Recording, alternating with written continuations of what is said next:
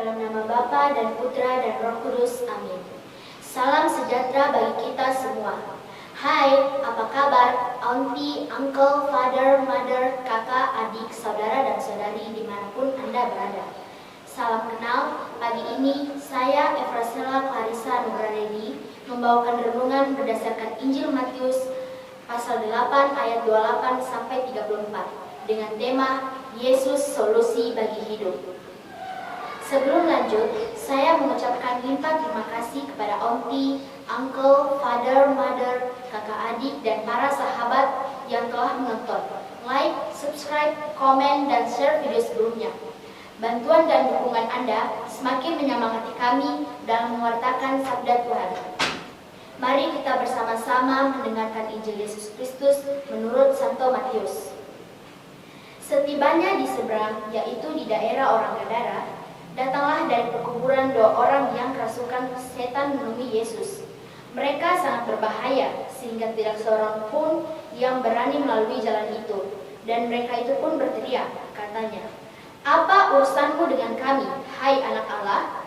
Adakah engkau kemari untuk menyiksa kami sebelum waktunya?" Tidak jauh dari mereka itu sejumlah besar babi sedang mencari makan.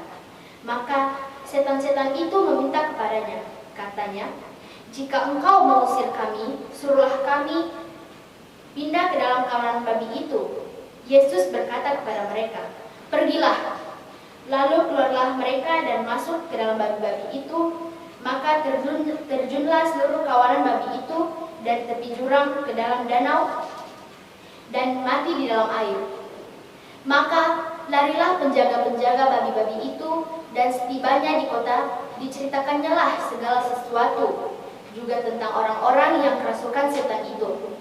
Maka keluarlah seluruh kota mendapatkan Yesus, dan setelah mereka berjumpa dengan Dia, mereka pun mendesak supaya Ia meninggalkan daerah mereka.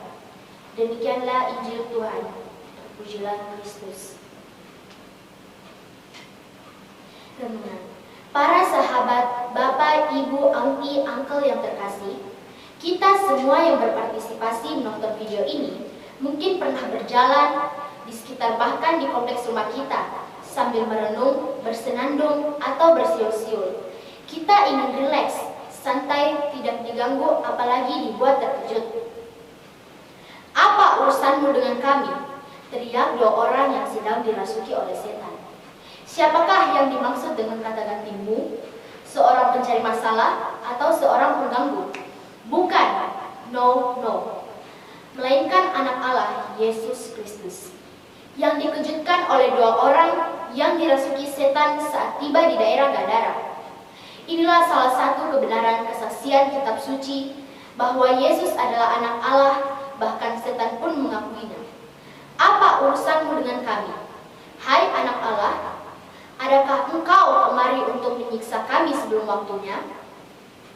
Bila kita amati lebih dalam seruan kedua orang yang dirasuki setan ini, maka kita mengetahui bahwa tidak selamanya kehadiran orang baik diterima dan dihormati.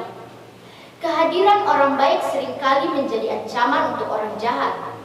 Oleh sebab itu, dalam hidup ini kita semakin bermurah hati, memberi pujian kepada orang lain, menemukan kelebihan dalam diri kita, lalu menghargainya, dan tidak membanding-bandingkannya diri dengan orang lain. Sehingga kehadiran orang-orang baik di sekitar kita semakin diterima dan dihargai. Bahkan Yesus menghardik setan yang menghalanginya berbuat baik. "Pergilah." Kemana? Ke pasar? Ke sekolah? Bukan. Tetapi pergi meninggalkan orang-orang yang dirasukinya. Iblis menuruti perintah Yesus, sebab Yesus penuh kuasa. Mengapa Yesus penuh kuasa? Semua orang yang beriman kepada Allah percaya bahwa Yesuslah hakim di akhir zaman dan keputusannya mutlak. Padahal kemutlakan atau kekekalannya hanya ada pada Allah. Yesus adalah anak Allah. Yesus adalah firman Allah yang menjadi manusia. Pernahkah Allah berhenti berfirman? Tidak.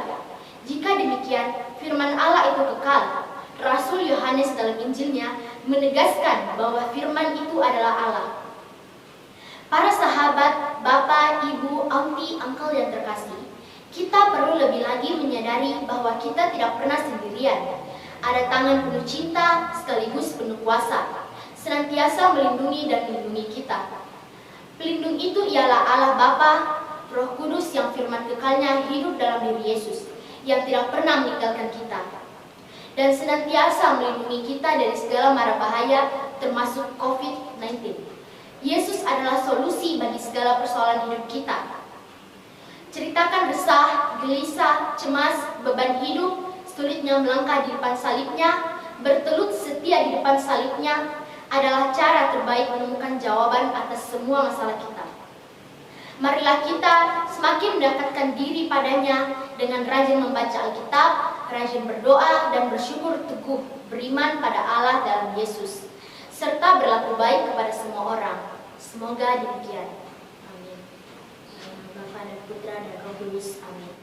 Setelah melihat tayangan video dan dengar renungan ini, bila merasa terberkati, silahkan like, subscribe, komen, dan share video ini agar orang lain juga diberkati.